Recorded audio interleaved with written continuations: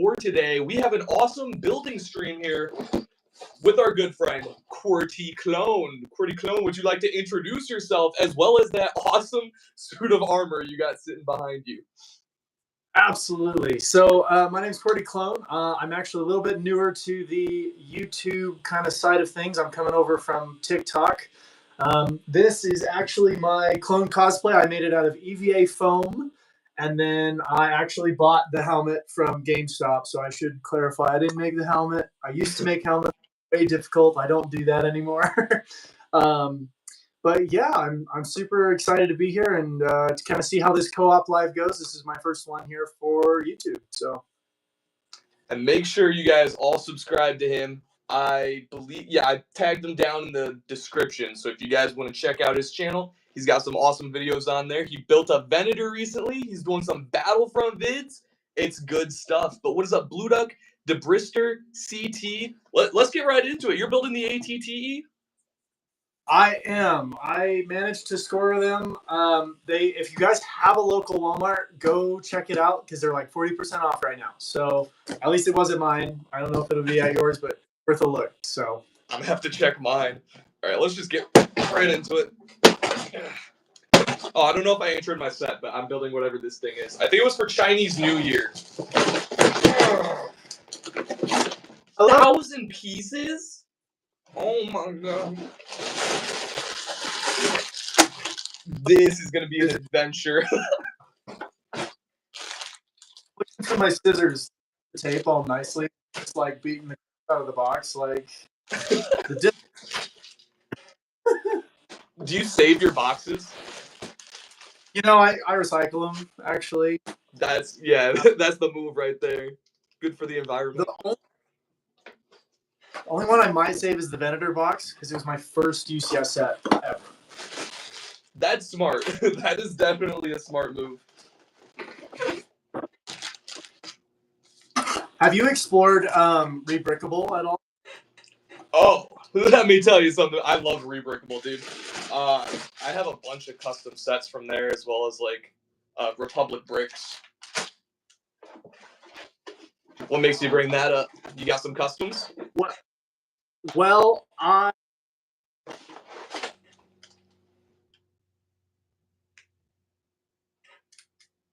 Did he freeze for anyone else? CT, we are not going to talk about that. Mr. qwertyclone. Oh, he's frozen for everyone else too. That's not good. Alright, hopefully his internet connection returns. Dude, I was so hyped. Okay. Oh, he's back. Button. Welcome back. Hey. I went to share it to my Discord, and then it took me out of the app. I was like, oh no! I was like, he's gone! I'm still here, I swear. Oh, shoot. Bro bailed on us. Alright, but you were talking about Rebrickable? Yes, okay. So the reason I bring that up, I found a model that's on there for free, and I wish I knew who it was. Donald's Wi-Fi for hey now.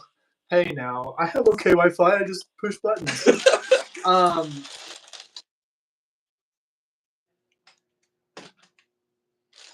we're losing you again, Qwerty. Remembered. I saw them on YouTube. They had made a motor TV where it actually walks like it does in the movie, and they posted the instructions on there for free. And I was like, oh, so I have it downloaded. I want to say on my computer and stuff. But one of my 16 ATTs, I think I'm going to convert into a motorized one. That'd be cool. Just so I can have it walking around, you know? Dude, that'll be sick. As long as you can control when it walks and it just doesn't, like, turn on randomly. Because that'd be kind of scary. Right. Oh, for sure. Like, middle of the night, it walks into my bedroom. You shouldn't have played games. Have been Toy Story, but horror movie style. That actually happened. I have the motorized AT-AT, and as it like gave out over time, it just randomly turned on one time, but it was on a shelf, like kind of compacted with other stuff, so it wasn't like really moving, but you could just hear the motor spinning. That was scary. Yeah. I would be worried about it falling and like kind of dying. Like that's I was. Oh, I would be too. Well, sadly, I have so many sets now and not enough space where everything's just compacted into shelves. So like nothing can really fall, but if it does, everything goes down with it. That's a same. I no, I'm not gonna. So I have my good set, well set up shelves that I have like usually in the background videos and stuff. Mhm. But on my lower shelf, oh, it's a mess, dude. It's so bad. I get that. Well, especially you. You're going out buying like 10 ATTEs. Where are you putting all this? So yes. Do you More also of have a them just closet of doom? kind of. Well, I have a 2-car garage, kind of where I was building the Jedi Temple mock, and Yeah. I've got a lot of out there. So I've got quite a bit of the backlog out there, kind of stacked high and deep, for lack of a better term. A whole Lego Uh, store in there. Kind of, except if the Lego store only carried, a handful of army building sets, and I also have a backlog that's right here, which is literally just Dude. a pile of sets. It's really bad. It's really Awesome. I love how you have your sets hanging up though with like the galaxy projector. Oh yeah. That's sweet. I need I need to get more ceiling hooks because I want to get more Arc 170s, the new ones that just came out this last year. Mhm. And Now, I want to I build. think I watched a YouTube short. Are you putting the Venator up? I didn't. So it's on top of the shelf right now. Here, Yeah. I know I keep rotating. So I've got it on the shelf right now, and then I've got the others hanging above it. Um, I was looking through the frame and through the Technic. There's a few spots where I think if I took the fishing line through there and wrapped it around the center spine and Mhm. then set it up, I think I could hang it appropriately. My biggest concern is I'd have to have some heavy duty stinking hooks because that's like a 20-pound set. Yeah. I'd have to have several lines of fishing hook. And I'd need to make sure that it was balanced enough where, because I saw one guy that mounted his, after a few months, the front end started to droop. So you have Oh. to mount and the back and the middle. You can't just hang it from the middle. Yeah. Um, and at this point, maybe if I move everything out to my garage, because eventually I'm planning on making that kind of like a set studio off away from the house. So that way I can free this up to be a bedroom again when I need. So eventually in there where I can like drill it into wood and have it mounted on, 2x4s Oh, for sure. surface. Yeah. But as of right now, I only have like the drywall ceiling hooks, and I'm like, oh, I don't think I trust those enough. Dude, even if you did get it hung up, I'd always be worried. Like, is this the day that it falls on me? Is today the Right, day? right, 100%. So, um, yeah, so it's I probably won't anytime soon, but we'll see how adventurous I get eventually. I mean, just the Starfighters and Arc 170s. That'll be dope. Right, right. Why is everyone just saying Roger in chat? I don't know. It Roger, just Roger. uh, They're rebelling I against the Venator. They're using droid language. yeah. Apparently, they uh, what clonists are they against clones or what's that? Clonus. They're down with the petri dish grown children. The rise of the mechanical beasts. There you go. It's I don't know with some of these Optimus robots and things, it might not be far fetched. ChatGPT is getting smarter by the day, man. True, dude. When are we gonna see real battle droids? Hopefully never. If we do get battle droids ever, I just hope they have the same like sort of humor that they had in the the movies. You know, we would only be so lucky if that happened. They'd actually only turn out to be like the super battle droids and droidicas. That'd be so scary to encounter a droidica in real life. Oh, there you go. 6628 says, "Good soldiers follow orders." Good There we go. follow orders, We're yes. getting some close. I don't know. I have mixed emotions about the whole Optimus robot and things. Like, I kind of think we as humans are kind of lazy already, and maybe shouldn't do more to make it worse. But I'm, I'm like, I'd buy one. I don't want to do dishes. Yeah, right? Like, just have them do laundry, dishes, just like mundane tasks. Yeah.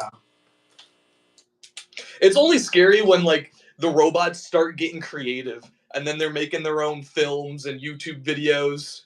I'm gonna be outsourced. Yeah. I am not. Well, okay. Have you seen the YouTube lives that are being run by AI right now? I did not even know that was a thing. That's a thing? It's a thing. Yeah. So basically, what it's doing is, I don't know if you've seen any of those AI videos where they'll have like an AI generated image, and then the AI is reading out a story that it wrote itself around that image. And then the image will change every like 3 to 5 seconds or so. So it's almost like a crappy still narration slash stop motion almost.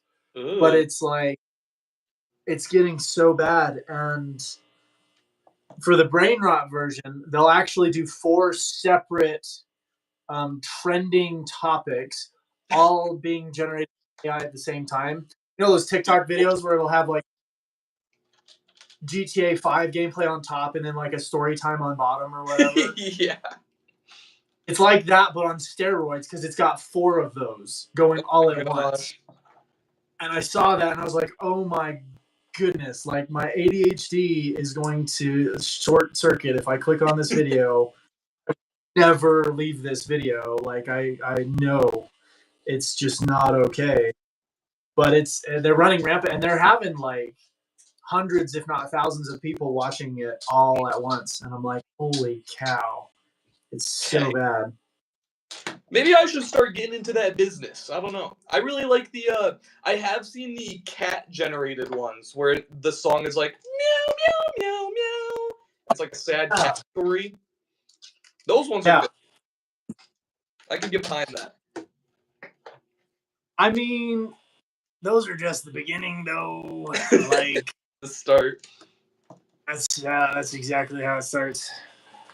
What's up, Star Wars boy? Lego Timmy, Starfish, your sweatshirt has shipped. I saw that. I'm hyped for it. Guys, make sure to get yourselves some uncopyright claimed Lego Timmy merch.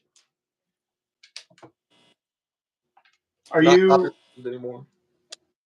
are you and Lego Timmy then partnering on the merch then, or? No, I don't have any merch yet. Just because if I released it, I don't think anyone would buy it. But no, Lego Timmy, he's a good friend of the channel. He dropped some merch and I bought it, but his logo, because it's the Minecraft creeper, like you can't sell that, and so it all got taken down. But I think my order shipped out before it got taken down, so I have an exclusive one of one hoodie coming in the mail. Dude. There you go. Watch, Lego Timmy makes it big, and then you're like, I got the original! Right? No one can compete. Do you got merch for your channel? No, not currently. I used to for back when I was a lot bigger on Twitch, and TikTok, but I also weighed a whole lot more and looked a lot different, and I don't think I ever sold anything either. So Oh, I was gonna say, like, I want to cop some qwertyclone merch. there you go. If I release anything, I'll be sure to let you know. I'm trying to buy the stands of armor that you're gonna be making in the future. There you go. That'd be dope. Although I don't know where I would put that if I had a giant 6-foot clone. Right. Ah, that would be cool though. So here's my question to you: should I go ahead and bag this Commander Cody separately Ooh. to the side since I've already got so many? I mean, unless Probably, you're huh? trying to start a army of Commander Codys. Well, they go for like $20 on Bricklink, right? Oh, and they're about to be more because I think they. I think the fact that my Walmart put it on clearance tells us that that set's going to be discontinued. I think this year No, because honestly, usually Walmart. hold on to it for like all those Codys for like a year and then sell them off. Yeah, that's probably a good call. I um, I have the little because I have a Bricklink store that I run, Oh, nice. and I have little mini bags, but I don't have any of them in here, so I'm going to put it in a big old bag and set it to the side. Filling that whole bag with Codys is gonna be crazy. It's going to be that's true. It's going to be a lot. I also have these little custom. I don't know how into the Star Wars yet, but the custom blasters. DC-15, right? Yeah. No, that's dope. Pistols. Are those brick arms? No, these. So I actually found a guy that I can buy them wholesale from. Really? That be my source. So I was planning on doing these as QWERTY's custom clones. Did you just announce the new business plan? Oh, it's way into the future. Still Well, in development. Okay. I have the pad printing machine and the ink for the first wave, but something fell through and I wasn't able to get the plates, the printing plates for the pad printer. Nice. So now I literally have to accept the actual plate so I can actually print. But I also have the little repeaters. Oh, that's and sick. so I have these different accessories and things. And I designed probably about 15 or 16 different custom clone troopers. Of course, I was Captain Rex, Fives, Jesse, Echo, the ARC Trooper variants of them. All the main ones. Yeah, pretty much. A lot of the named ones, and then I also did the Doom Patrol for them, those troopers, because that had been requested. Doom Patrol? Yeah, they're the ones that showed up when the one 501st trooper had his inhibitor chip malfunction and he shot the Jedi in the middle of the battle. Do you remember that arc? Doom Patrol clone. I want to say it was Tup, Clone Trooper Tup. Yeah. Okay, yeah. No, I have the Lego Commander Doom. Yeah. I think you called him Commander Goon in your last in one of your. I was like, I didn't know he had his own squadron. Okay. Yeah. So I did him, and then I actually did his regular squadron. And I have just all these different designs and stuff. But I have no idea if I'm ever going to actually be able to do it because I don't have the plates. I'm having a hard time finding anyone that can make them. I found one lady that might be able to make them out of acrylic, but the acrylic I don't know how well will hold up with the ink. So I have to test it yet, and then if that does work, maybe I can get the first few out. But that'll be dope. Yeah, it's been a whole thing. I have a whole dream, man. Like I could, I could rant about what all I'd eventually want to do with the channels and stuff. Well, I mean, because I do also like painting minifigure streams, and not because I'm good at painting, I'm terrible at it, just because I want like custom figures. One of my goals is probably having like my own custom figure business someday. Oh yeah, it's definitely Well, and you see them very common. Well, I don't want to say very common. They're becoming more and more common, especially with characters that we know Lego will never make. You know, like Yeah. the military mini, Mm-hmm. historical figures, things like that. I don't know how well it would go for the clone ones. I feel like it would do well because we see brands like Clone Army Customs and Grandpa's Customs um, that do really well, and so I feel like there's. But yeah, I don't know. It'd be cool. I think. I feel like you'd have to do like the clone troopers that haven't been done yet, but I don't know what those ones would even be because I feel like everything's been done.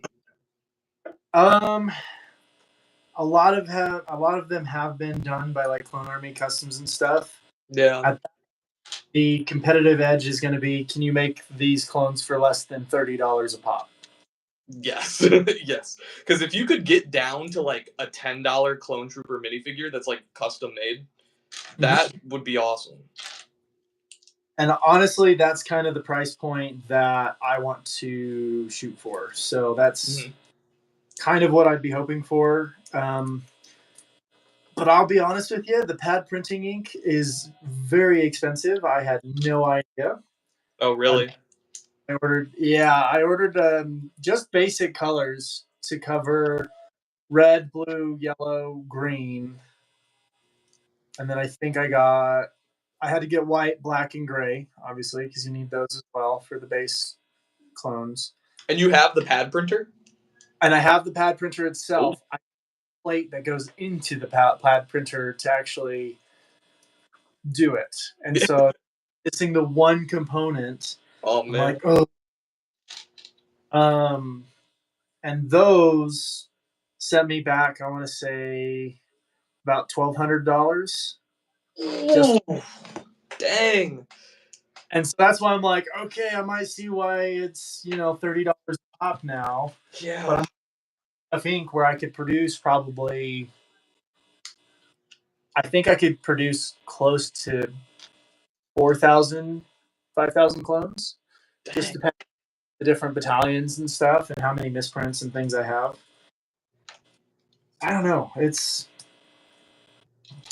Anyway. That's a tough business, though. Like, you have to have a ton of money to, like, just be able to get in with an inventory. Yep. That's not something you can really build up easy. I agree. I think part of the problem is, too, there's a lot of people trying to shortcut, and they're just trying to drop ship the knockoffs from China. Yeah, I've seen those. And yeah, those are becoming very prevalent as well. And so that's going to make it a little bit more difficult. So that's another reason why I've been a little hesitant, because I'm like, if people just think it's another, knockoff, then I'm going to be up a creek without a paddle and have dropped all of this stuff. Yeah. But we'll get there. I have faith. No, I'm hyped for that, dude. I can guarantee I will be one of the first customers because I love me some customs. One of the speaking of customs, one of the breakout spaces that I think would be really good, UV printing. Are you familiar with UV printers? I am. I know that it's definitely easier than pad printing, but it also causes that like 3D-ish effect. Yep. So you got to be very careful, and you've got to set up your programs for it appropriately. But it also really depends on the printer, because a lot of these guys that are trying to do it, they're printing with nozzles that weren't intended for rounded objects, and they're doing that, and so then that causes the visors to curve up and everything. And oh, I see. Okay. I haven't bought one yet, but if I ever have $30,000 laying around, it'll happen. It's 30 grand for a UV printer? To get one that can actually print onto like the clone helmets and the doll faces and things. Oh my Yes. gosh. Yeah. That's crazy. Otherwise, you end up with kind of the weird, kind of cursed printed Lego. I thought it was printed the object, wasn't? Yeah. And that's what causes a lot of the distortions. Dang. So these like Republic Bricks, Clone Army Customs that Grandpa clones do, they must be making bank in order to afford all that stuff. Very, very well for themselves. Leave it at that. There's so many like Lego resale shops and stuff though. Like I'd be so worried if I started something up, like just all the competition would crush me. It's definitely an interesting space. I would say the safest option would be Bricklink because then you can always, open a Bricklink or run it out of your house, and then if it get a bigger inventory, then it's golden. But with Bricklink and stuff, like oh my gosh, like how you have your own store, how tedious is it to like part out everything? Well, it depends on if you're doing new or used. If you're doing new, it's actually a lot easier than you might think.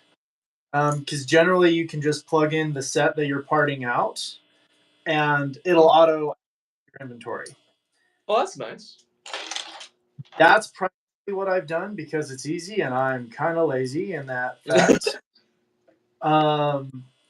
But if you're doing used parts, that's when it gets a lot more difficult because you've got to make sure you match the right color, the right piece, the right product number, and then that's when it gets a little more dicey. Yeah.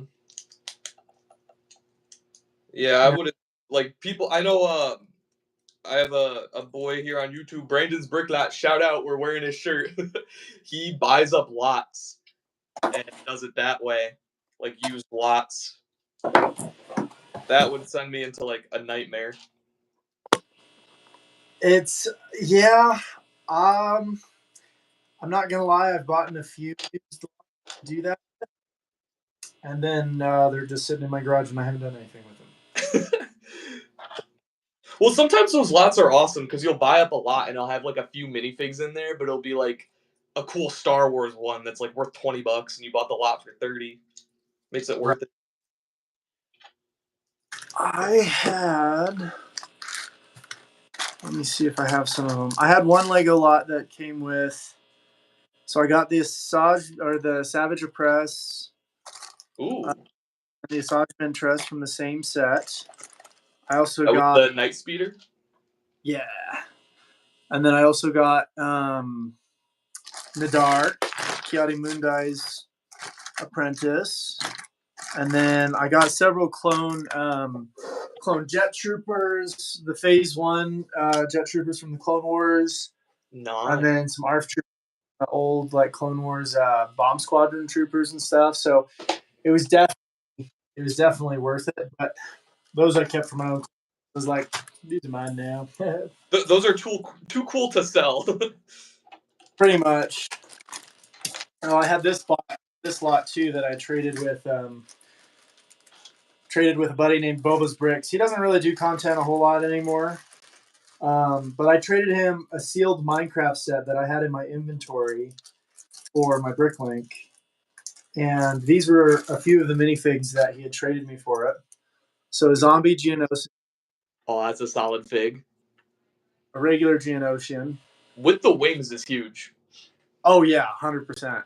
Bosk, an Oh. old Trooper. Ooh. Nice. Barriss. Now that one has the short cape. Is that from the Swamp Speeder? I think so. So I think that's the more expensive version, if I'm not mistaken. I could be totally lying to you though. The Imperial Shock Trooper. That's cool. These are a pretty penny now. I want to say they're close to 20 to 30. And then Oh, is that the dude from the book? I think this is the prototype one. that came with the other dude, the Jack or whatever, that had the see-through arm. Yeah. I didn't get Jack with the see-through arm, but I did get him, and I know he's worth at least like $20. I was like, dang. What did you trade? It was a Minecraft begin your journey. It was one of the like $120 sets, but I had found it on clearance for like $50. So Oh, dude, you got a steal then. That's a solid trade. I got a really good trade. Well, and he was like, I'm just not feeling Star Wars anymore, so I'm gonna get rid of a lot of my Star Wars stuff. And he's like, so I don't even care. And I was like, dude, all right, like, might as well. And so he was like, yeah, I'm honestly wanting to do Minecraft stuff. I was like, well, here, man, I got this. And he's like, yeah, I don't want to. I was like, it's already out of my inventory. I've already removed it. Like, you're good, dude. And like, anyway, so if you want to trade, he's like, all right, yeah, I'll send you over some things. And that's what he sent me. I was like, holy crap, dude, are you sure? He's like, yeah, I mean, like I said, I don't care. I was like, okay. Shout out Boba's Bricks. Boba's Bricks. He is here on YouTube. He doesn't do a whole lot anymore. He may or may not come back. He's kind of like me, where he'll disappear for a while and then come back, and then It's like every YouTuber though.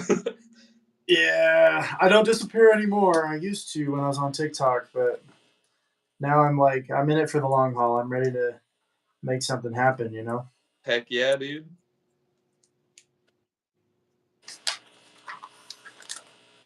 I suppose I should probably actually, focus on this build. Otherwise, it's never going to get done.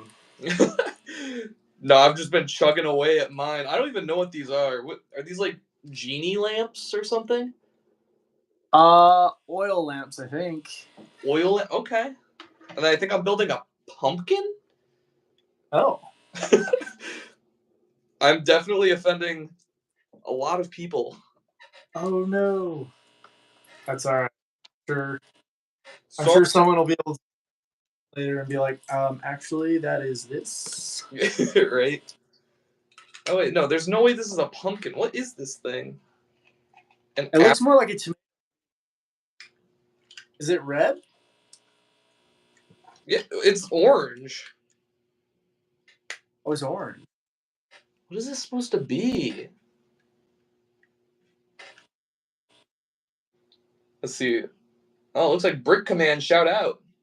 Got a sub. Yeah, I don't know what this is. I think it's a fruit. Oh, it's like the whole centerpiece. Does it go in the bowl? Because it could be like a soup. You say a soup? If it goes into a bowl. Nah, this is just how it is. Brian, why did I buy the Chinese New Year set? I have no idea what any of this stuff is. Oh, that's too funny. Never just buy items because they're on sale. Definitely not me at Walmart earlier today. Okay, but you're getting like $80 ATTs. That's so much different.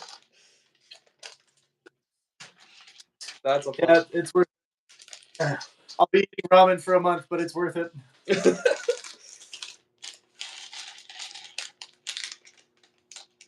Are you in like a more rural area? Because I live in like a suburb / city-ish, and everything just flies off the shelves as soon as there's a sale. So like I don't even have time. So honestly, I got lucky because these discount stickers were literally labeled 4/3/2025. Oh, so you got them as soon as they put them up. Oh, They were this morning. The Bunta Eve diorama, I only got one of those, and they still had probably 5 or 6 of those left. okay. And those were on sale the other day when I was there. Yeah, I know Timmy.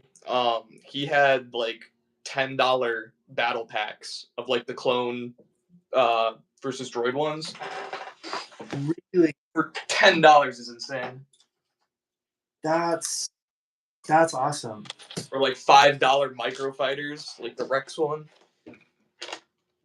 I know right now the Rex one there was 730. That's not bad either. That's like appropriate. That's where it should have retailed at. I think so. That one was just a regular rollback, and we've been seeing that a lot lately with Lego. They've been releasing things at kind of this inflated price, and I feel like this isn't to rail on the community or anything, but it's our own dang fault because we've allowed Lego to get away with it. But the fanboys of Lego go and instantly buy everything up at the outrageous kind of price that it starts at. Yep. And then I feel like Lego and then other retailers will slowly drop the price. And then it hits the appropriate price. And I think that's what we're seeing with some of these rollbacks.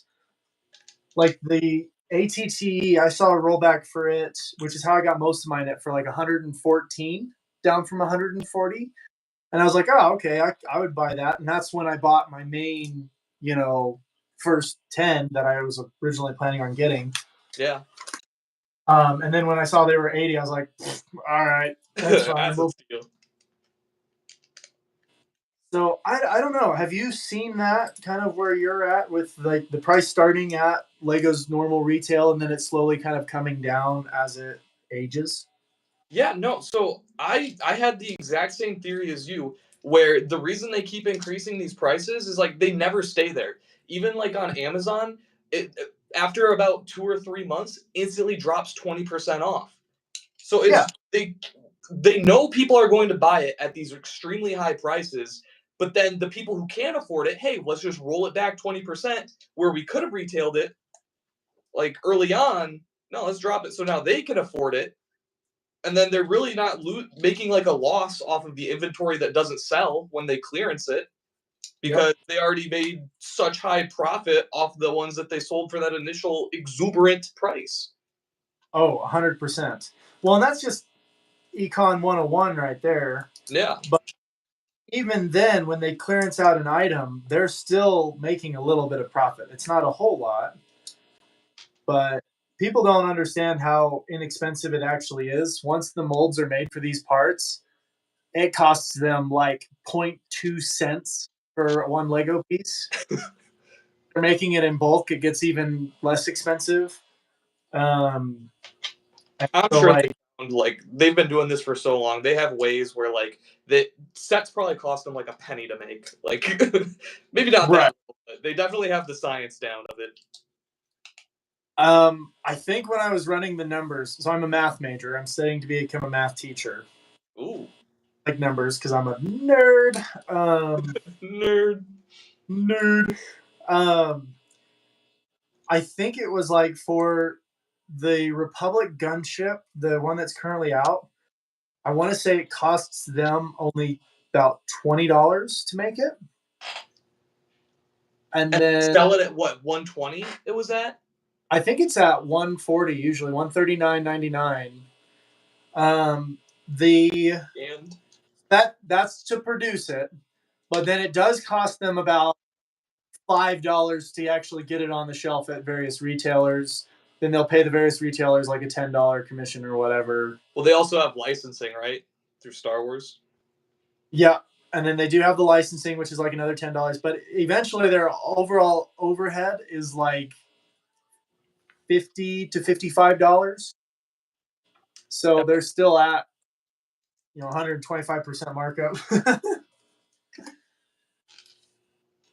Man. And then they go to bricks and minifigs, and they get sold for 20% even more. Right. Do you have bricks and minifigs near you? The closest bricks and minifigs I have is 3-hour drive away.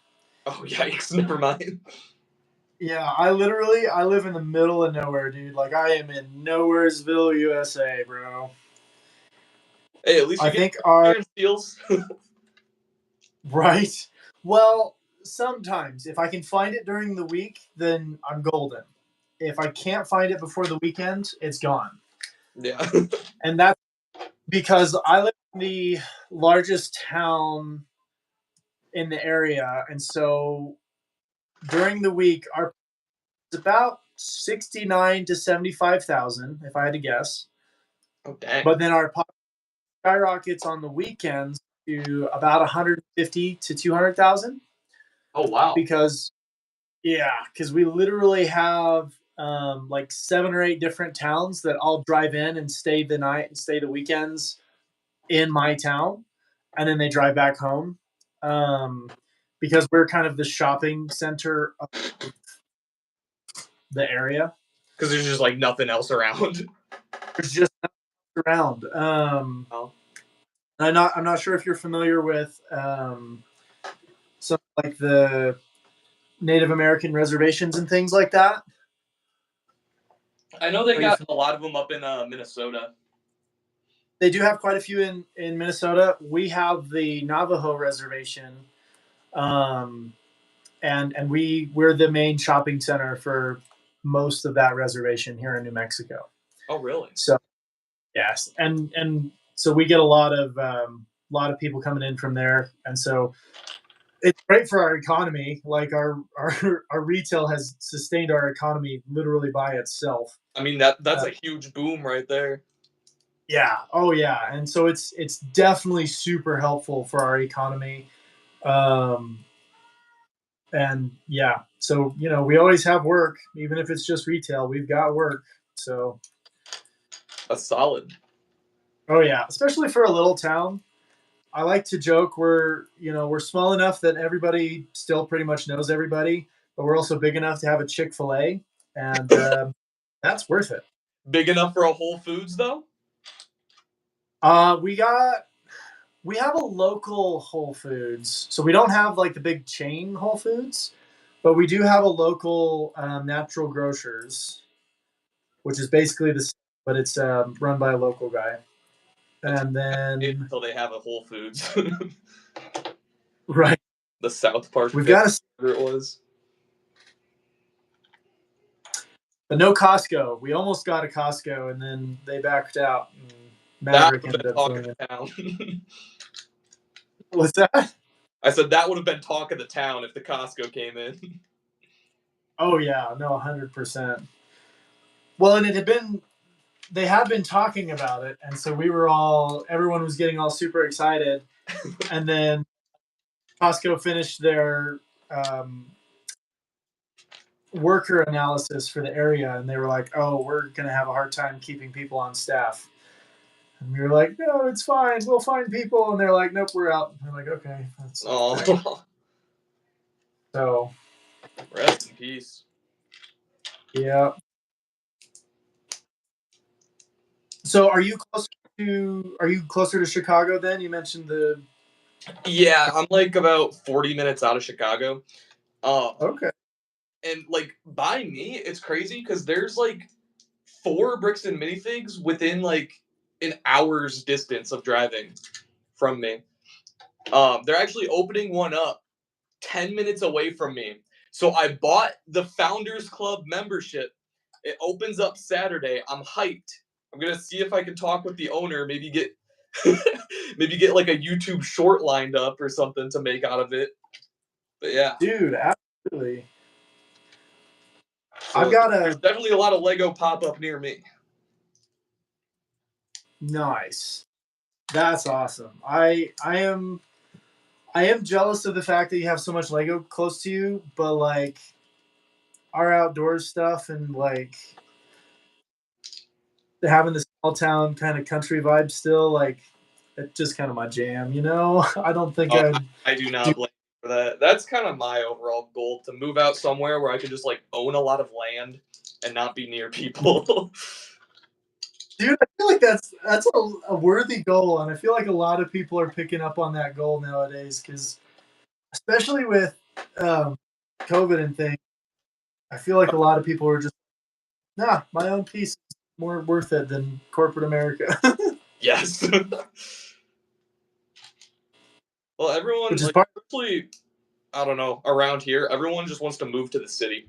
It seems like, because like I'm not directly in Chicago. I'm in like a suburb around it, and everyone's like, "Oh, I want to live in the city. I want to live in the city." Yeah. Not worth it. Have fun getting robbed. Right. Oh shoot. Okay. So you mentioned having land. I might, if it's okay, I've got a tangent. Let's hear that Have tangent, Qwerty. oh, okay. So here's what I want to do in the end, in the end goal of qwertyclone and YouTube and all of that. Life in I general. want to get with that. I said just like life in general. Yeah, pretty much. And yeah, um, I want to get to the point where I have like 100 acres, Ooh. and on 100 acres, I put a center, like a community center in the middle, and I have my own kind of area gated off and kind of separate just for me. Mhm. But then I have several other houses and stuff for various content creators.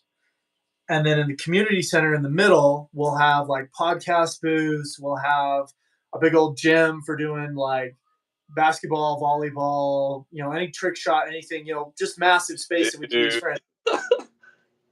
On the other side, attached to that, we would have a Lego warehouse. So I'd have a warehouse for the Bricklink, which is all just parts to sell, just big old barn. And then on the other side from that, have a mock building contest area where we have parts that are just for mocks. And then I would want to start hosting kind of mini championships, almost like a mini Master Builders series. Ooh. Okay. We can have different various subscribers or other content creators. They all come in. They've got 72 hours, build the best Lego mock you can. I'd be the judge. Whoever, builds the one that I like the best, $10,000. Ooh, Mr. Beast. Do that once a month, bro. Like, and just have all these different mock contests just to see what people can come up with and Yeah. build. And but then have several other like smaller, 3 and 2 bedroom houses for other content creators that we want to collab with often, and make it like a content creator compound, community type thing that's all solar powered, off the grid, has 7 or 8 different well systems for water. And Crazy. that's that's kind of like my end dream. I know it's a little lofty and Oh, ambitious. you said that's your dream? Yeah. Bro, that's my dream now. That sounds awesome. You're like, I'm stealing that. Yeah, dude. Am I getting a house on this 100-acre property? I mean, bro, like, Throw me in. and honestly, like right now, I'm trying to find good content creators, that see the vision of the long term and stuff, and kind of are willing to do that, because not everyone wants to live that kind of life. Like not everyone wants to be away from the cities and everything. Yeah. I don't know what state we'd set it up in. To be honest, it'd probably be Texas at this point, just because Cheap there. Well, I shouldn't say cheap, it's but more affordable to get land.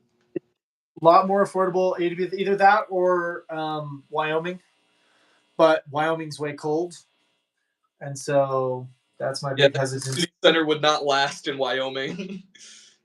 Yeah, yeah, and so I don't know. That's kind of my end dream. I also want to have that massive space for mock building for myself, because I want to build every single map from Star Wars Battlefront 2. So I'm starting with the Jedi Temple map, but I want to build all of them. Dude, it's so funny you say that. I want to do the same thing, but for Battlefront 1, like the OG Battlefront. Dude, that's an insane. Dude, that That's an insane goal. Like, I'm hyped to see that. dude, we're gonna be like 2 peas in a pod. Oh yeah, this is And the like, best collab right now. dude, it's like Step Brothers. Did we just become best friends? Right? You like Lego Star Wars Battlefront, and you want to make Lego Star Wars Battlefront? Oh goodness, Yeah. I haven't even seen that movie, but it's This is awesome. So yeah, I absolutely, and here's the thing too, we'd have that main compound for like the main collaboration and stuff.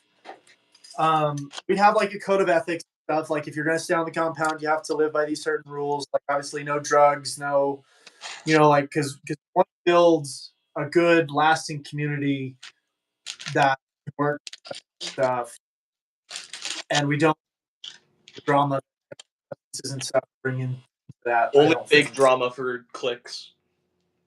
Right, right. And then, of course, you're going to have the prank house where, you have to avoid that house because that's where all the prank YouTubers live.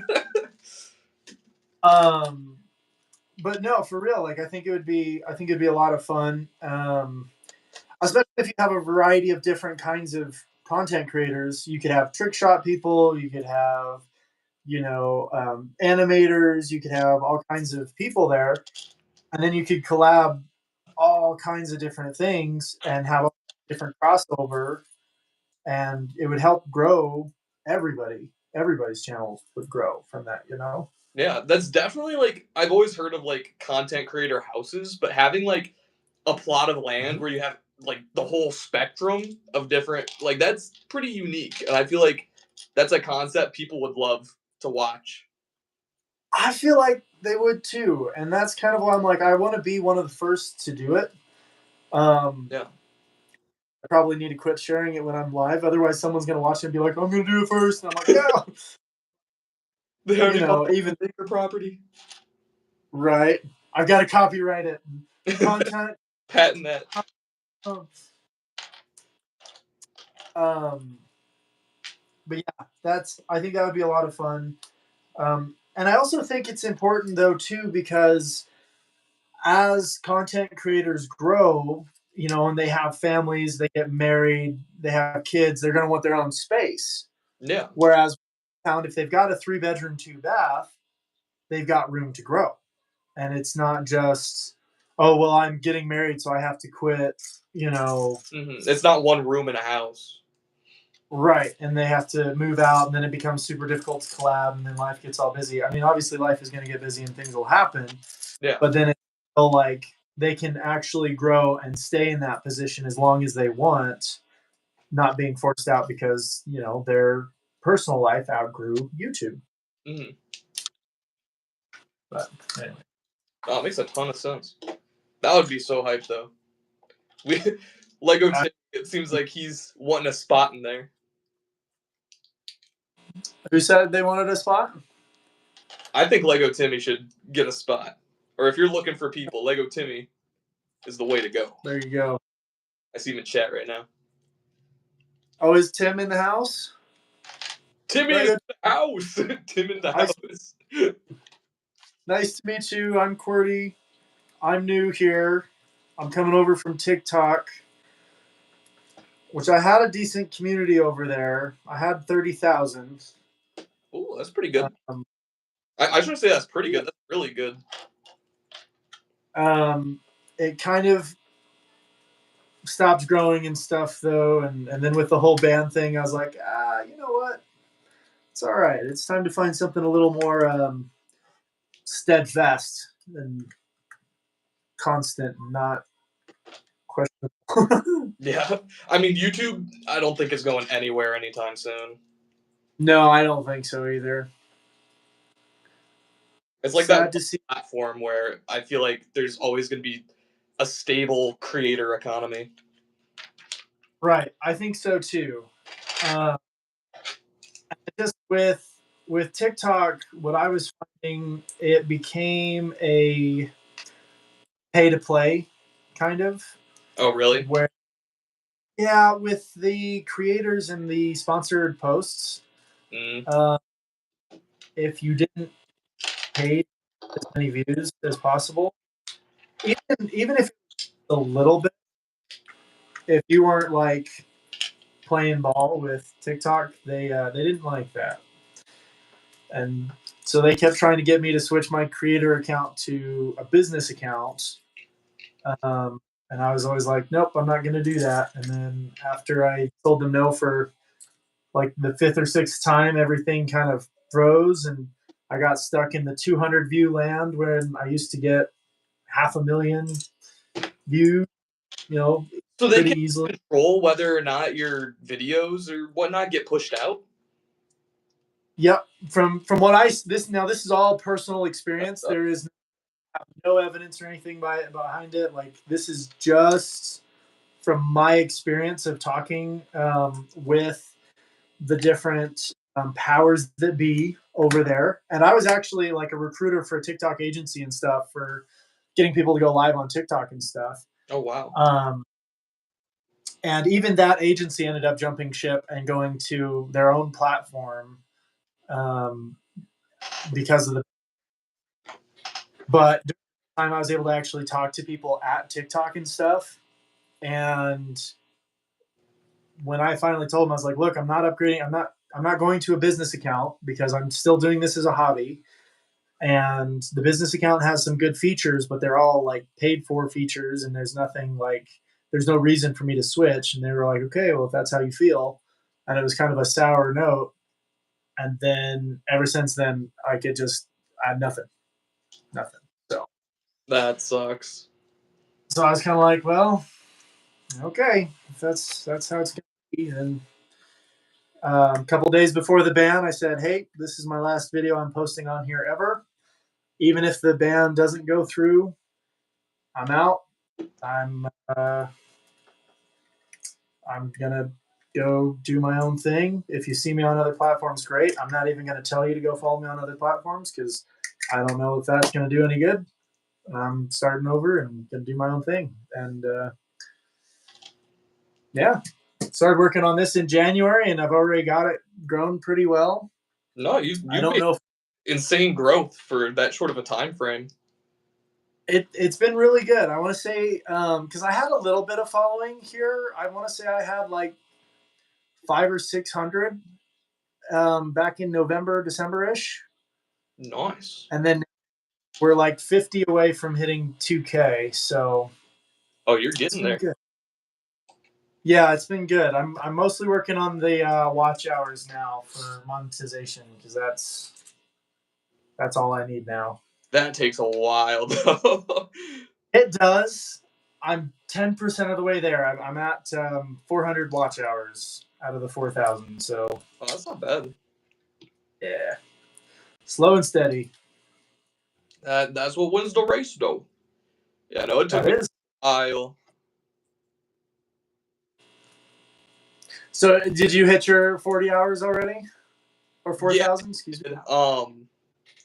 I just got monetized like a couple weeks ago, but like Oh, at the same time, it's like the money I've earned out of it so far is not crazy. So yeah, yeah. still a And it grind. never a couple of years. But congratulations. That's still a huge, huge Thank step. Oh yeah, thank you. My goal right now is just to put out the best content possible. Also, like meet awesome people in the space. So that's why I reached out to you. Actually, I found your channel because under my audience section, it'll give you like, oh, your audience also watches these other channels. qwertyclone was in there. I'm like, oh, let's check out this guy. So you did some live streams. I'm like, we should collab. There you go. Heck yeah. And now I'm hyped because it seems like we have similar goals in terms of the YouTube space, but also similar interests. Like, dude, when you were talking about building that Battlefront map, I'm like, oh, yes. I'm hoping that'll win me some brownie points in judging, but I do expect it to be fair and unbiased. So Yeah, I mean, I can't say that that would win any points. I don't think I can yeah, legally say. right. Just like Yeah. wink. Wink, wink. No, I'm just teasing. I do understand that with building a mock one, that's going to be that absolutely massive. Um, and two, it's going to have a lot of nostalgia. So I better do it right because if I do it wrong, people are going to see that and they're going to go, "Oh, hold on, you forgot." Da, da, da. With, for this mock contest, it's not going to be a finished product, unfortunately. I've got way too much left to do. Yeah, there's no way in 2 But, weeks to be able to do all that. right, right. Um, but I think I'm going to try and finish the Great Hall and maybe put the veranda on there where you drop the holocron off with a gunship. Mm. Because then I could implement one of my most popular um, alternative / mock builds that I've ever made. I don't know why I'm speaking. The microphone's literally attached to my face. But this is a custom 501st gunship made completely out of the original 501st Battle Pack parts. The Battle Pack, dude. I have the exact same one. It used to be sitting on my shelf right here. I think it's in my other room. But no, I have the exact same alternative build. Did you ever make the Republic fighter tanks? So you might have how many battle packs did yours take? 4 maybe. This one took 14. Wait, is that your So this custom design? and it's on the same scale as the 2008 Republic gunship. So it is minifig scale. I did add the handholds. Oh, dude, I thought that was the smaller version. That one's way bigger. Oh, and a lot of people are too confused, and I'm just like, close, but not quite. Because this one, I don't, but I've seen the one you were talking about, and that one is really good.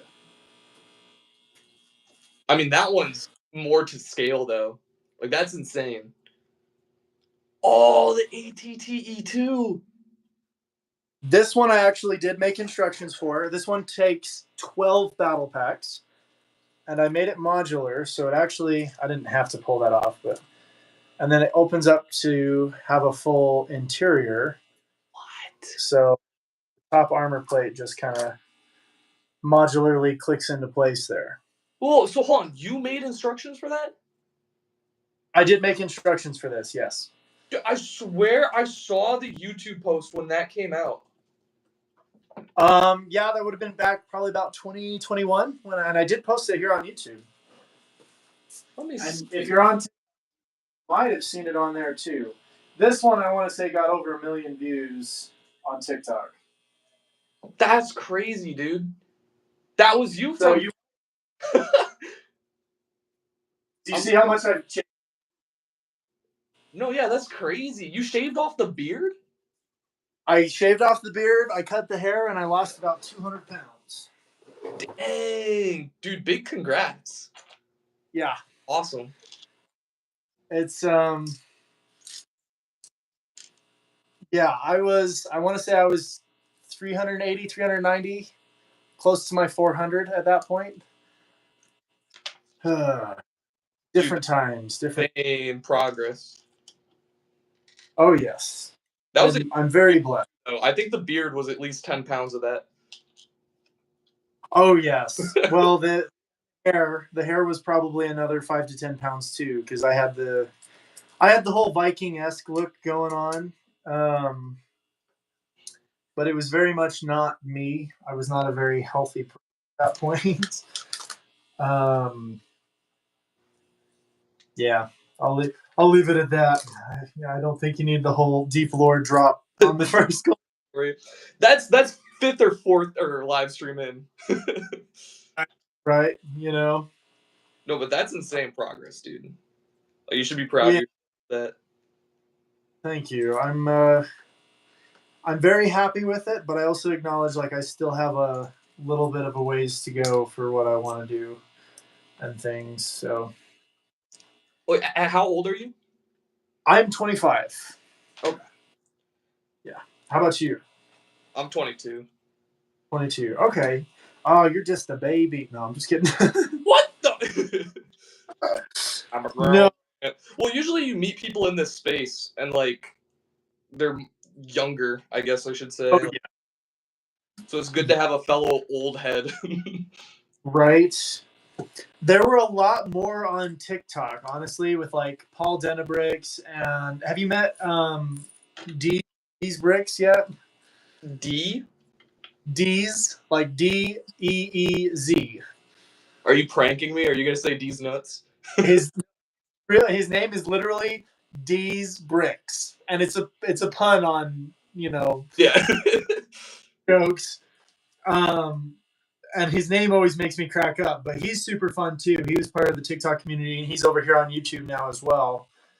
But he's one of my main reasons for starting a Bricklink store, because he actually has a barn full of Lego. So if you've ever seen those videos of, hey, we're in a barn full of Lego, that's D's bricks. And so I've seen that before, yeah. So okay, so, yeah, I was like, I'm sure you've seen his videos. They're all over the place. The barn guy. The barn, yeah, he's the barn guy. That's his actual username. I don't make the rules. He chose it. He chose it. But no, his name cracked up. So I was always like, whenever he'd jump in my life, so I'd be like, D's bricks, what's up, dude?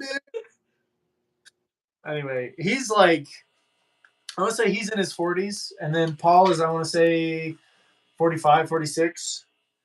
So there's a few more older Gramps that work with us. They're not Gramps. I like that. That's so. But there's some older AFOL people. AFOL Denver is another one. There's some good ones. But you gotta respect those guys, because they were probably collected around the time Star Wars stuff was releasing in 1999.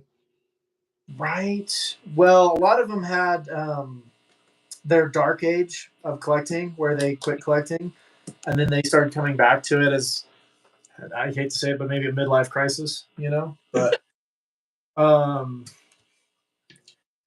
a lot of them came back, and it's been really good to have them back, though.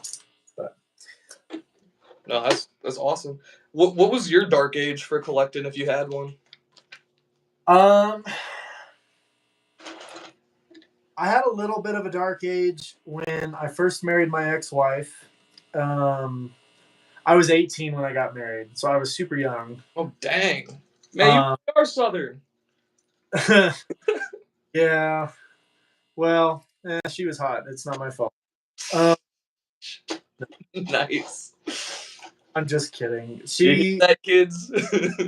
What's that? I said, you hear that, kids? 3 women for their looks. No. End up divorced 5 years later. Leave that message out.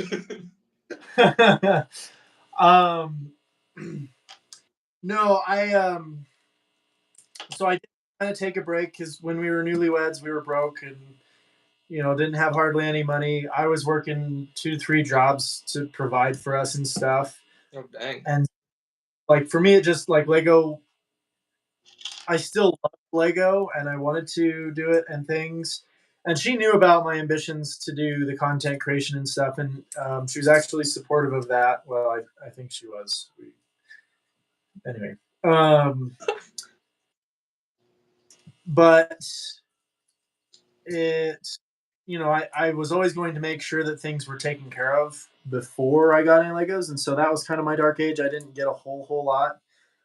But then I started my own business. I ran a local magazine here in town, and I got to a 6-figure business, and that's actually how I could afford most of my collection.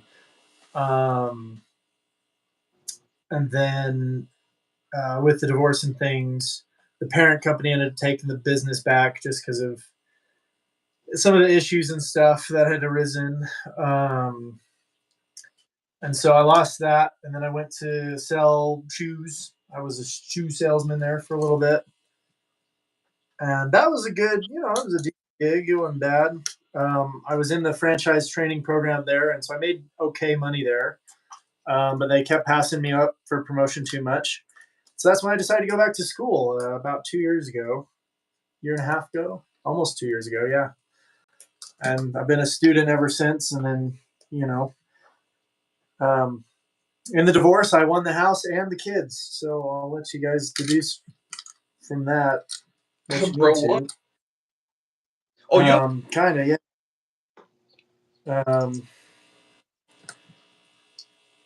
But yeah, that's kind of me in a nutshell. And that was probably my dark age of buying Lego, was when we were first married, and then I had a little bit of a second one kind of during the divorce, because it cost me about $20,000 in legal fees and stuff. So yeah, I can imagine. That's probably gonna be a dark age. Yeah, but it was worth it. I did have to sell off part of my collection, but you know what? It was worth it.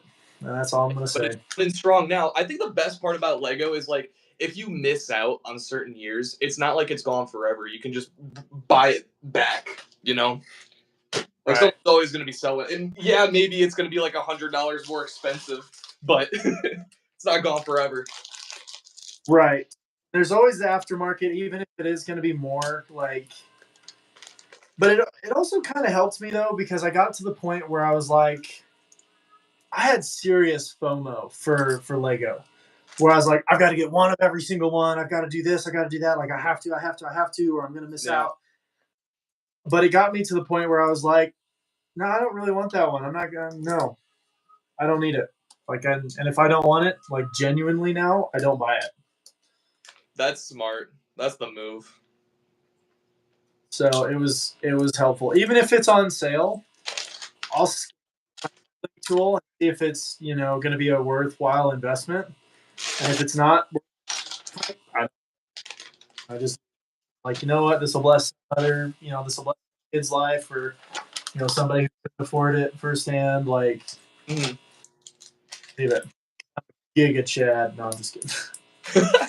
Giga Chad stuff. No, I have the same mindset now where it's like, especially as I've been running out of space, it's like when you're deciding to buy something, it's like, oh, am I gonna put that up even? Or like, what am I gonna do with it? Mm-hmm. Like, I remember when they released the 501st Battle Pack, like, I just kept buying a bunch of them, not thinking, like, about the chaos that would ensue trying to just. Oh man, yeah. I've just been shoving stuff onto shelves, and my Lego buying game has slowly shifted to minifigures because those don't take up as much space. And they hold value like crazy. Like crazy indeed. Like that Rex that came in the Mace Windu Starfighter or whatever, it did not drop that significantly, even when the new one came out in the Microfighter. It came with the speeder with Obi-Wan Kenobi and the command droid speeder. Yeah. And I got mine from Rest in Peace Toys R Us. Oh, you have them. I do. Ah, it's sick. So Got what him. is he worth now then? Oh, sorry. Go ahead. I was just asking, what is he worth now? I think he's up to 250? Question mark. He's still up there? I haven't checked in like 3 years, if I'm being honest. No, that's fair. I don't know. I just figured it'd fall off, but Lego prices seem to always be steady. Let me check Brick. I'm curious. Bro, where is this piece? Oh, there it is. Always hiding. Always hiding. W Rex indeed, Crafter. Star Wars boy, what is up? I was very, very lucky. What's he rocking at?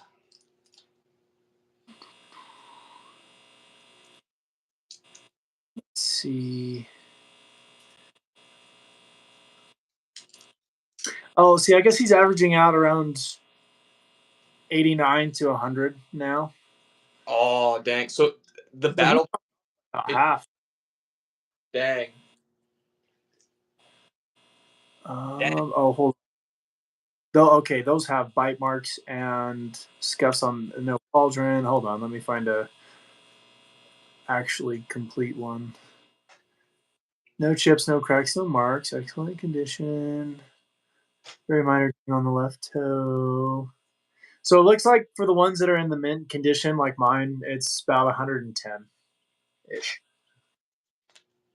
Yeah, that's not atrocious. What I'm curious to see is the variant Qui-Gon Jinn. Did you hear about that one from the new? My God, dude. I think that's the stupidest stuff. I don't know where you sit on that, but he has a slightly different color hair. We all have to buy him in mass. Like, what are your I have thoughts on it? I don't know. Here's my thing. I like just having the minifigs because, like, True. okay, I'm gonna be a nerd. I still Lego battles. Okay, I think it's fun. You still what? Like to do Lego battles, where Bro, you who set up all your does that hype? battle and like have them all like die and stuff. No, Like that's hype. I kind of still play with my Legos, and that's why I like the idea of these massive maps because then I can do battles on said maps. Um, I think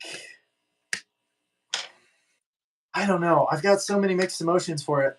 I think it's good to still like play with the Legos and enjoy the Legos for Legos. That's what they were intended for, is to be enjoyed.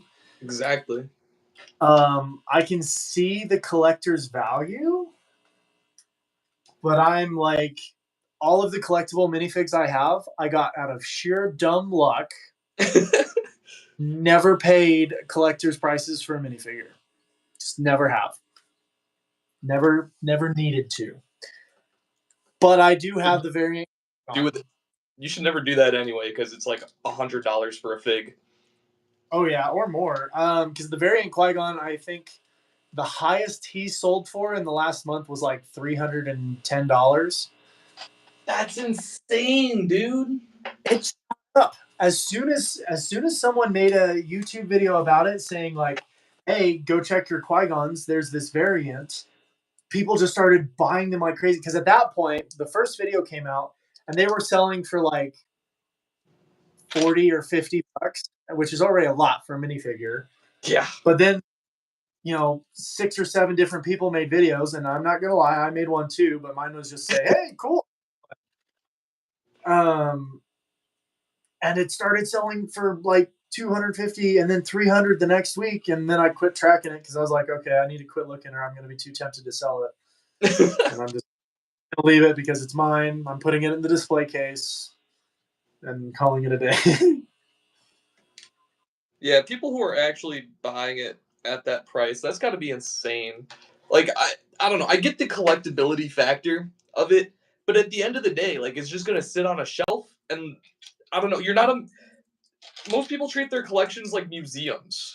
And it's like, dude, you got to get enjoyment for it for yourself. Like do what makes you And this isn't Toy Story 2, dang it! You're gonna make me cry, Woody. Exactly. Take that set out of the package, build it now. Right. Like I used to, I don't know. A couple of years ago, I used to be worse about it, where I would save like the boxes of all my sets, or like I'd try to have it so that way all the pieces were like exactly lined up or different things. But it just like why I don't know why I did it. It's like I was being a perfectionist with the Lego, and now like if a piece falls off of a set and I can't notice it, like I'll toss it in the like it doesn't Yeah. matter as long as it looks complete. It does not matter. Right. That's kind of how my Millennium Falcon is right now because it's I had to take a few pieces off to mount it onto the wall like that. Mhm. I took gear off, nothing crazy. And then I ran a bar through the Technic pieces for the landing gear, so that way I knew it was secure. Yeah. And then I stuck the pieces on the bottom, I think, of the Millennium Falcon, so that way they're there if I ever want to take it off. But like other than that, I was like, yeah, no, it looks good. It's what I want. Exactly. How it should be. So I know I mentioned my dark age. Have you ever had a dark age of Lego? I mean, for me, like, as soon as I had, like, a job, like, at 17, like, I just started buying Lego because I could finally get it on my own. But there was an age where, like, I would always get Lego sets for, like, birthdays, Christmas, all that. I think it was 2013 to, like, 2015 where I felt like, oh yeah, I'm too old for Lego, and like tried to get into like the cool phase, but then it came back real fast. I feel like we all kind of go through that at that, 13, 14, 15 age. Mm-hmm. I kind of skipped that because I didn't care what people think. Dude, and that's good on you, man, because you probably got a lot more cooler sets. Well, that's how I got the Captain Rex. I want to say I was 15 when I bought that set at That was Toys R Us. arcade, dude. But now as an adult, I care a lot more about what people think, and so like I don't share that I have a Lego collection with most Really? adults.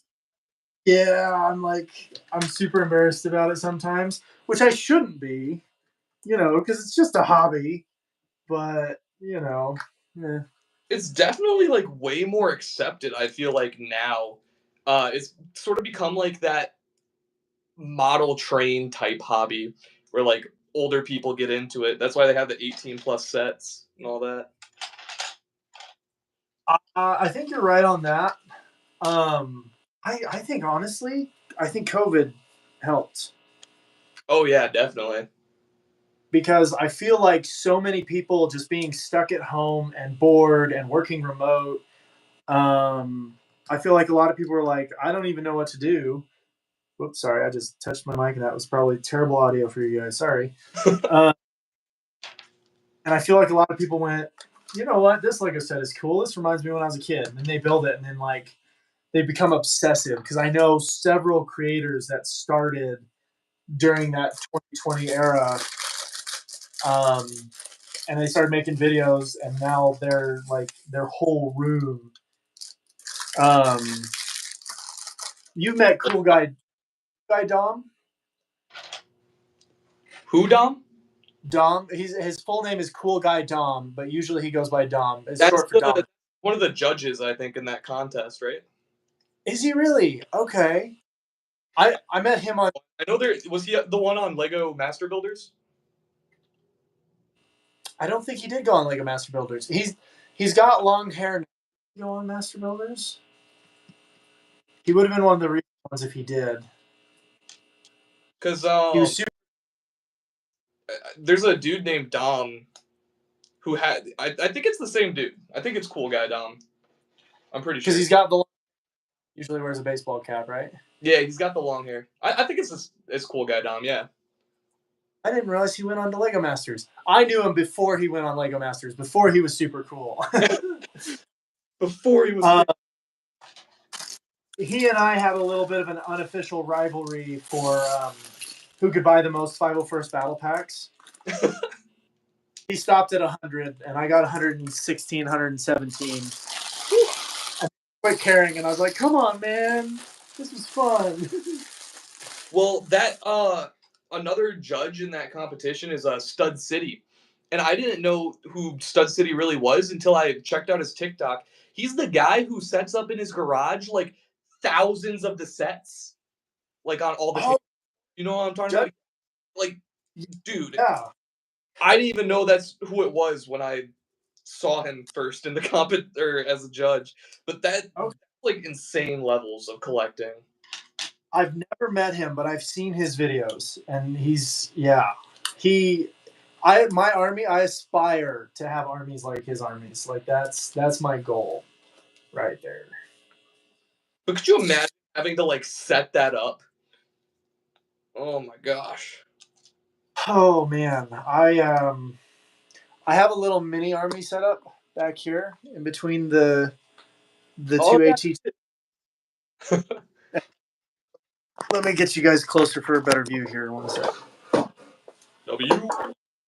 And this is more just kind of my miscellaneous, like original 212th troopers with the 212th Airborne, the Ahsoka troopers, and some Phase 1.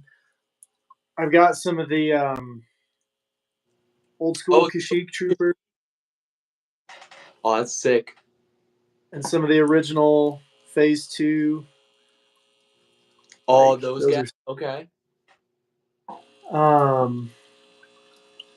Anyway, so these are more like my miscellaneous ones. Yeah. But a lot of my 501st are over in the Jedi Temple. And I've got probably another 2 pickle jars out in the garage.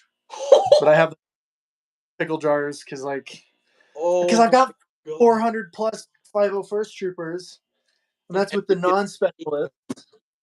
And then the specialists, I probably got another 45 or 50 of them, and then I still have, like 16 or 17 steel sets for potential investment. I don't know. We'll see what happens. But you're never gonna run out. That's for damn sure. The beautiful Venator. Got to show that off over here. Wait, hold up. Did I? Yeah. So it's you run it in the fish tank though. What do we got in the fish tank? Oh, so we have not very many. These are actually my dad's fish tank. He's on a mission for our church right now, and so I'm taking care of him while he's away. But we have the angelfish, usually over here. I don't know if you can see him or not, back in the corner. Barely. Nope. There he is. Oh, wow. And then we've got two Picassos. We got a normal Picasso, that's the algae eaters, and then I've got a dwarf one that's hiding behind the rocks. And then just kind of a couple of little miscellaneous. They're not goldfish, but they're like the little blue and gold and stuff, things like that. So, dude. This is good. I'm excited to be participating in this mock contest now because I've really kind of felt like on an island here on YouTube. Whereas with TikTok, they've got like the instant stuff. Beg your pardon? I was saying, like, you were doing TikTok for so long, like, it's difficult to transfer from one platform right. Oh, 100%. Especially because, like, contact with a lot of the other creators that I would collaborate with over there, a lot of them didn't shift over, or a lot of them just straight up quit when the ban went in effect. They're just like, yeah, I'm done. I've worked too hard to just have it ripped out from underneath me. That sucks. So, like, I'm not building a new platform just to not, have anything again. And I was like, oh, all right, can't fault you for that. So they're just going to be private Lego collectors then, not posting? Pretty much. Which now that TikTok has been back, some of them have been posting on there again, but I can't even get on there as a consumer anymore. I don't like it. I did the whole TikTok detox, and now I'm like, I don't think I'm ever going back. I was wasting so much time on that platform, just consuming, not creating, and wasting my life away. I was like, nope. I feel that. I mean, I haven't been on TikTok either, but I think I've slowly started replacing it with Reels on Instagram. Yeah. Or YouTube Shorts has kind of become a guilty pleasure for me. YouTube Shorts will do it, man. I'm trying to be conscientious. If I spend more than an hour a day on YouTube, I'm like, okay, I failed today. Well, it's also difficult because, like, for me personally, is I'll watch like other Lego creators just to like get ideas for my own stuff. Oh yeah.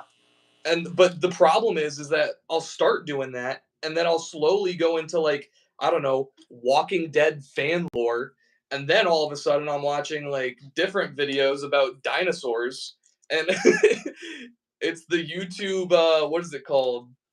Algorithm? Yeah, but what do they call it? When you get like looped into it and just like cycle through all these different videos. Oh, you get sucked into the you know what I'm talking about. But yeah, it's now. Platforms can like make you lose track of time because you're just consuming so much content. It's so bad. It really is. It is. Which is ironic because I want to be a creator on said platforms and I want to cause the very problems that I don't myself, but for others. Well, yeah, but at least if like what I want to do, like what I've been trying to do as like a rule is if I make something, like it has to be good. Like I'm done making brain rot content where it's like you get no value out of it. Yeah. Like especially for videos like that other Lego creators do, it's like, oh, they're doing this to like inspire other people. Yeah. how I felt when I was watching Lego YouTubers as a kid. Yeah.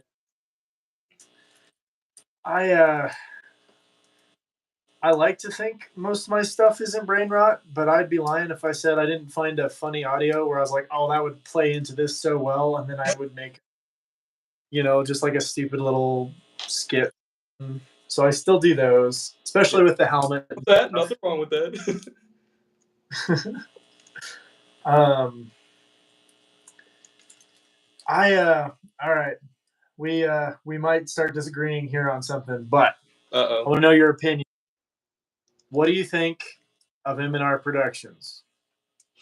I actually like M&R Productions. I used to watch his stuff a bit more when I was like a couple years ago when I was younger.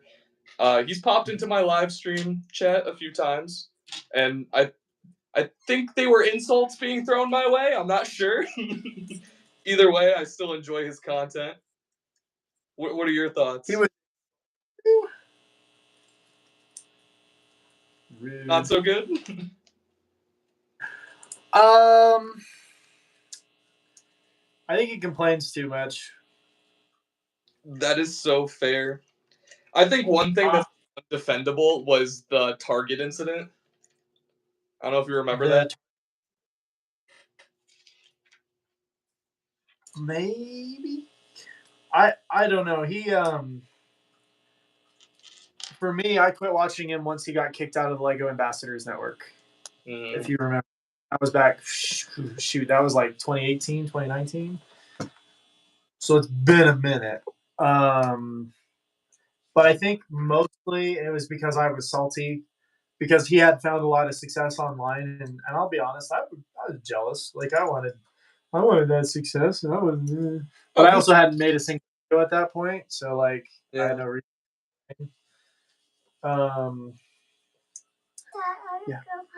Yeah, go ahead, baby. Go ahead. Just remember, you can't be on camera. Yes. Okay. Thank you. That's my middle. She's homesick today.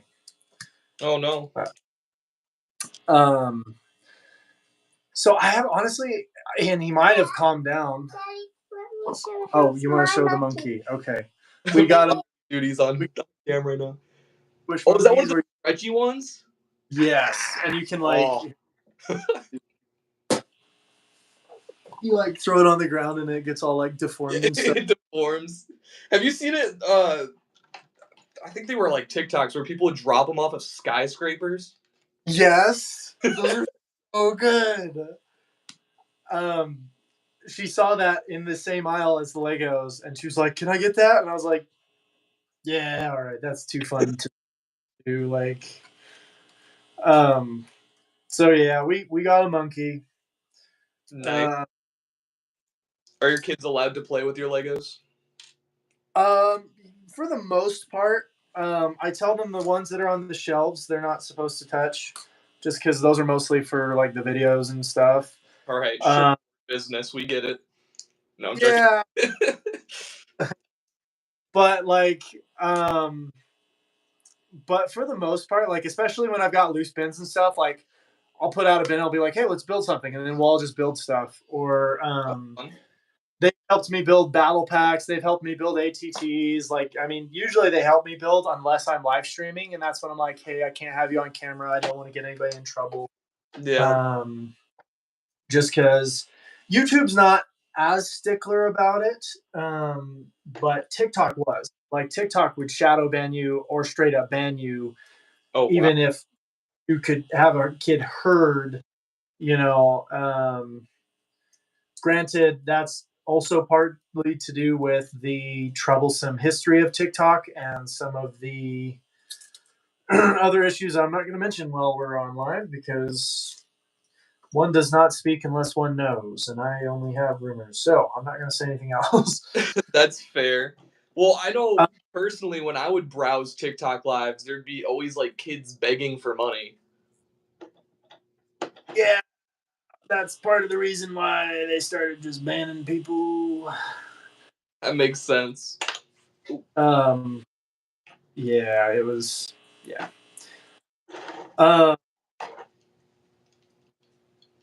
Lego. So, yeah, M&R, I haven't watched him in 7 years. Oh, wow. So let me ask you this, because I want to say it was 2018 when I last watched him. So let me ask you this. Has he changed or improved his attitude? That was the big reason I quit watching him over the last 7 years. No.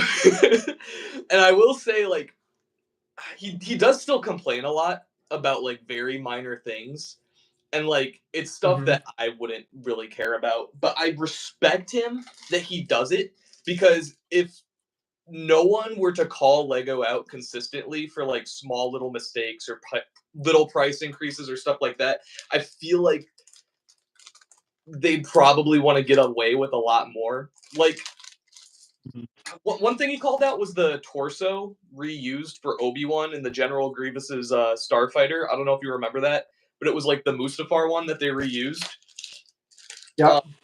Or just like little things like that. And I feel like when he does that and calls more attention to it, it's a good thing, because then maybe Lego in the future won't be as lazy and will put out better stuff for the fans. But at the same time, helmet holes are not that bad. I don't know your opinions on helmet holes, but it's like, I don't think it's crazy enough where the 332nd trooper that then comes out in the battle pack with helmet holes has to be like $5 less than the one that came in the AAT. Yeah. Like, I think that's crazy. I actually appreciate the helmet holes, because for everything except the rangefinder, they're in the perfect placement. For the binoculars that come down, for the visors, True. that's where they should be, except for the rangefinder. And I feel like everyone just gets hung up on the rangefinder, and they're like, that's all that matters. I'm like, well, it's kind of not, though, because if you look, troopers will have the binoculars versus how many. Hey, you want to go play with Baby Yoda or the Yoda Starfighter? I got the. I'll play with it. You see it? It's on the bottom shelf, baby. Get that Baby Yoda. She plays with the Yoda Jedi Starfighter all the time. That's Oh, really? So, very good. Very good. Knows the set well. Yes. So yeah, it's I could see where some accountability would be good.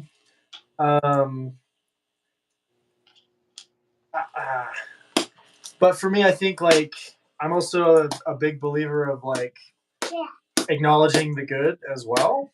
And I feel like Yeah. a lot, or at least didn't. Maybe he does better now. Like I said, I haven't watched him so long. Maybe I need to indulge and watch and see if I see the same grievances. CT6628 is saying, no. I'm sorry, CT. Think what you think, but the helmet holes are in the right place. They really are.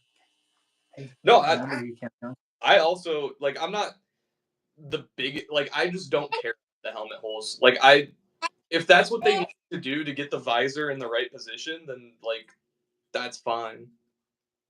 Right. It's like such a small, unnoticeable thing, I think. Also, another thing that was crazy was when he was calling out the 212th misprint for the ATTE or something. Like, I think the triangle was slightly misaligned. Do you remember that? For these ones? Yeah, like the 212th troopers, I guess I don't know if they still are, but like I guess the helmet triangles are slightly misaligned. No. But there was like a big thing where he was like trying to then like go through the Lego site and order replacement parts, like saying that he got misprinted items. Or it was like from the box, something like that. No.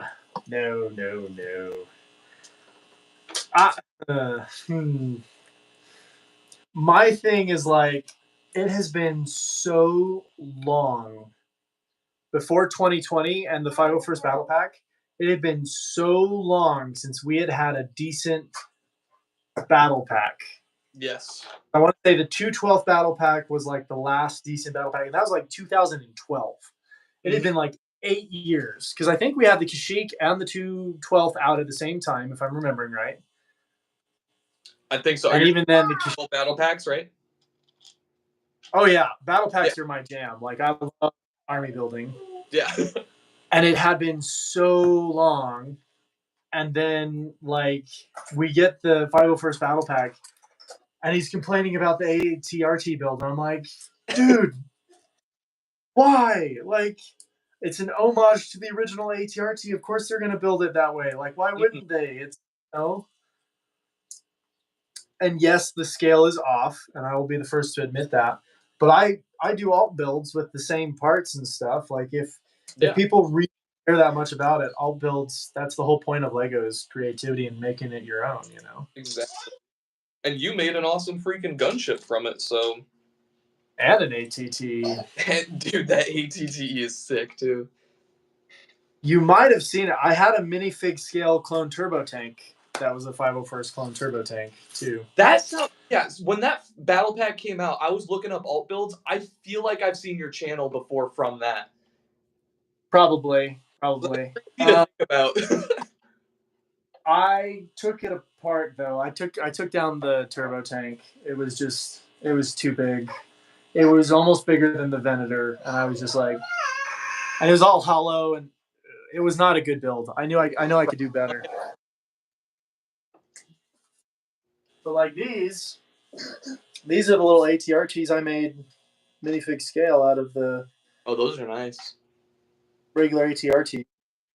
Dude, those are actually really not. Those look like. The smaller ones are really flimsy, but that looks sturdy. That's one of my requirements for all of my builds. Is it has to be beefcakey. In fact. Yeah. Well, okay, I'm with kids around. I feel like it'd have to be. Oh, 100%, 110%. All right, I hate doing this, but I am gonna channel my inner M&R Productions here. Oh, I have complain. I have something to complain about with the Venator. Let's hear it. It's flimsy. Really? It's the bottom panels because of the angle, because it curves up and out. Mm-hmm. They use one of those little the little Technic rubber grommets that have the two cross pieces, and they're just those little rubber ones that you put usually for stops of mechanic. Yeah, the little rubber ones. Yeah. That's all that's holding those in place for the entire bottom plates. One on the very end is what's holding. And it's one of the little rubber pieces. I feel like over time that's just gonna slowly degrade. That's one of my concerns, because that's the main thing holding it on the front. They do I lied. They do have one little Technic piece right at the very tip that does clip on and holds it sort of to the top plate. But with that angle and everything, as the rubber one, it's going to start to sag and open up. Well, you said the person who hung theirs up, it was sagging, right? Yes, it was. And that's probably the piece that failed if I had to take a guess. So that is my one complaint about the Venator. I absolutely love the scale. I love it. But the way they mounted, they used a couple of like Mixel ball joints too on the back end. But on the front end, they didn't have that. And I was like, well, is there any way we could have done another Mixel joint or something? Yeah. So I do have that concern. That is my one. The Venator is built kind of flimsily. Is that something you'll mod? Like eventually? What's that? Is that something you'll mod eventually? Like probably make it more sturdy, adding some Technic axles through there or something? Well, possibly. If it does start to sag, then definitely. If it doesn't, then I might just leave it alone. Yeah. We gotta see. It might be fine. I might totally be freaking out over nothing. But I also had seen several people talking about their engines. Their engines started to droop and sag. And my two main engines are already sagging, and it's only been built for. I think the engines have only been built maybe 2-3 weeks. Really? That's really weird. Did any of the Star Destroyers have that same issue? Because I feel like it'd be similar in design. No, because the Star Destroyers, their engines were recessed into the body, so they were just kind of like true. The ones they stick out, and so they stick out a solid 5.5 inches. And it's all supported on a single Technic rod. They did one Technic rod going all the way through, whereas I would have done the double Technic rod going through. Had one in the middle, but had it mounted in 2 spots, but it just had a single. And I think that's so I have seen that, and I think that's kind of a justified maybe complaint for a $650. Okay. Yeah. No, I'm joking. No, that's a solid complaint because you spent what $600 on that set and it's already 2 weeks in, it's sagging. Like $650 plus tax. It was close to $700. It's already sagging. Yeah. Yeah, so no, I'd be upset. Shoot, maybe I didn't like M&R because I am M&R. That's the problem. Just like him. No, I'm just kidding. You became the thing you swore to destroy. I did, didn't I? Oh, does that mean you're Kenobi to come cut me down to size? Yeah. Not that bad. No, I'm just kidding. The Kenobi of Lego YouTube. Oh, shoot.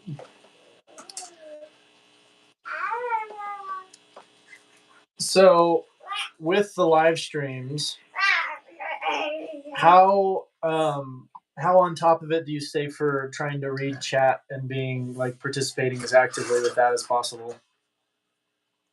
What do you mean, like schedule wise? No, I mean like reading chat while you're live. Oh, well, whenever I do streams with other people, usually I don't ignore it. Like I'll read it to the side and maybe point out some like baller phrases I see. Like let's see, have you ever bought from United Bricks? I don't know what that is. If I'm solo streaming, I try to read it all, but like if I'm conversating with someone, it's hard to like get the chat in there. That's fair. I'm the same way. It gets kind of hectic. But I know during my Venator lives, like that took me way long to build because all I was doing was reading chat and like I wasn't building hardly at all. I'd get maybe 3 or 4 bags done in 2 hours, you know? Yeah. No, I get that. And then there's the trolls that come in and they say, "Starfish, read my last chat, read my last chat." And I'll go through their channel their activity on my channel, and every chat they've ever sent was just read my last chat. They never actually sent anything. Yeah. It's messed up. Or when, they've got an inappropriate username and like Oh yeah. I had that happen to me. I didn't realize, and I read out a username. I had to go private that live stream, go back in, edit out that 5-10 minute segment where I was talking to that person, and then repost it as a video. And I was kicking myself. So I don't ever read anyone's full username out anymore. I'll make up a nickname for them on the spot. Where like, for instance, the FNAF dude, I know what FNAF stands for, so like I'm okay reading that out. But I'd probably just call him FNAF or dude, and I would only read part of their name instead. Just because like it got to the point where I was like, okay, this is dumb, and I had to have my mods be like, yeah, don't read that one, and then they just started like going through and getting rid of anyone that had an inappropriate name for me because I don't know all the things. I really don't. Yeah, some of them get kind of crazy, and they really get creative to try and make you say slurs. You gotta hand it to them; they're creative with it. Oh yeah, no, 100%. I will admit I do find it kind of funny when they do it to like the Peloton guys. When they're on the Peloton bikes and they're reading out the names like, "Oh, I see you. You're putting in the work," and then it's like, it's one of those. I'm like, oh, okay, but those aren't hyper inappropriate like this individual was. Yeah. It's like, man, it's not when it happens to me, dang it. I only like to laugh at other people's misfortune. Not my own. Dude, 100%. Oh, this is cool. All right. Convinced me. I'll have to look up M&R and see if he's gotten better. Give him another shot. Give him another shot, I guess. I mean, personally, I don't think he's gotten like better in terms of complaining. I just think it's like one of those necessary evil things. Because he's not fully wrong on like all of his takes. But like I think he does overextend when it comes to complaining about Lego. But it's a good thing. That's fair. I could see it being good for Lego to have some people to be like, yeah, that's not cool. But I also think like if you're gonna say 5 negative things, at least say 5 positive things, because it felt like he was kind of doing rage clickbaiting for over the top, like Lego's an absolute failure and atrocious. I hate him. I'm never buying this. And then he buys 15 billion stupid, like, whatever. Get out of my face, bro. One thing that I don't know if he was behind this or if it was that Life Bricks guy, but it was kind of big on the Lego YouTube scene, was that whole drama about the 332nd clones, like how they had the helmet holes. Uh-huh. Ones in the battle pack had the helmet holes, so they were worse off. But before that, like they were buying up a ton of the ones from the AAT, thinking that like, oh, this is the only time Lego's going to release it, so it's going to shoot up in price. My theory Right. is that they were dissing the ones with helmet holes because otherwise they would have lost a ton of money on the ones that they had just been buying up. Same I with agree. how they got upset with the Rex coming out in the Microfighter after he released in the it's all just some weird money scam stuff. I would definitely agree. I don't know if him and R was. I don't know if he was involved in that. Well, whichever Lego YouTubers were. Right. See, and that's for me. That's when it gets to the point of like, at that point, you're a YouTuber and a scalper. Like, really, dude? Come on. Yeah. I don't know if M&R necessarily was part of that or not. I know for me, when the Captain Rex released in the Venator, I was like, oh, that's really cool. And then when it released on the little Y-Wing microfighter, I had mixed emotions because I was kind of like, I would have liked it if they had changed something just to make the Venator one unique. But that's literally only got 2 minifigs with the Venator. And like, if we had had more things and more exclusives, like then it wouldn't have been as big of a deal. Mm-hmm. But I'm also grateful that Lego did, because I feel like there is a lot of gatekeeping in the Lego community where it's like, well, I have this minifig that's super uber expensive, and like if you don't have that, you can't, we can't be friends or whatever. You're not a collector. Yeah. Right. Like, like get over yourself, boy. Get out of my face. Like, yeah, it's gotten pretty bad. Yeah. So I definitely like the fact that they're opening it up to where my nephew, for instance, loves. That's awesome. Where you're like actually fanning yourself. Yeah. My nephew loves Captain Rex and Star Wars, and he was able to actually get a Captain Rex, and I think that was really good that he was able to do that. Exactly. On the budget that he had, which was $15. $50. Yeah, exactly. Yeah. Oh, see, you're already done, aren't you? Yeah, a little bit. Well, I have one more bag, but it's for like an alternate fan build. What are we at on the? All right, we have 6 more minutes on the stream. What are you at? Are you close? No. Oh no, you did pretty good. I mean, this was all just like small, easy stuff to do. I've been talking too much. That's my problem. Yeah, baby. There you go. Daddy, I am very chatty. No, that's good for the streaming space, dude. That's solid.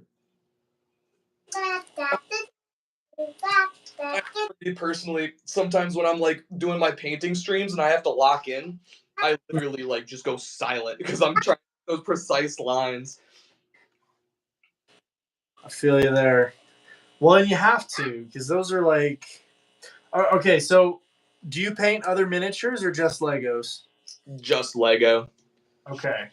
I was gonna ask then if you were a Dungeons and Dragons fan or not.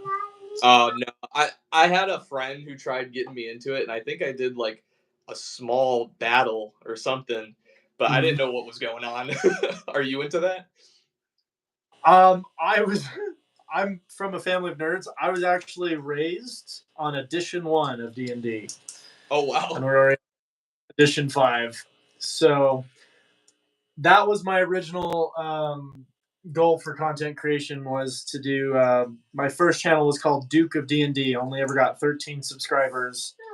I also only posted like 13 videos ever, so it was pretty. Hey, one sub a vid, not bad. Right. So yes, I enjoy it well enough, but not well enough that I want to do it for a career or anything. I'll do it for fun. Yeah. I also kept getting stuck as the forever DM, which basically means I'm always running the game and I never actually get to play. Well, you have to create all the lore and everything too, then, right? Sometimes they have pre-built worlds where you don't have to, and everything is in the book. But any dungeon master that's worth their salt is making their own backgrounds and stories and things usually. So, which I did because I, nerd. But they have like D&D sets. They do, and I actually, You have I have my dark castle with all of the. I haven't bought the tavern set yet, but that's one of the old castle sets from like 2003. Oh dang! But with all the things, it looks so good. I was like, oh. Anyway, it's solid. Yeah. 5 First Army said, "Bro, the clone armor looks sick." Thank you. I made it by hand. It was a little difficult, but worth it. No, it looks really good. I am missing a gear piece. That's not good. Yeah, I'm missing what's it called? One of the curved slope pieces for my build. I checked everywhere on the floor. I just don't think it came with the piece, which is wild. That usually doesn't happen. I'm usually also like a messy fella, so it could have gone anywhere. I always have to check the bags because, because for me it's usually my incompetence. Like I, put it somewhere, flip and ate it, thinking candy or Yeah, I've thrown away bags where pieces are hiding in the corner. Well, shoot, because it's for the foot piece right here. That's not good. Did it drop or? I am not sure.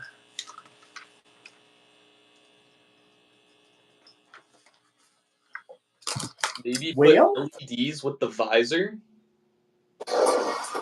Oh, for his helmet? That could be cool.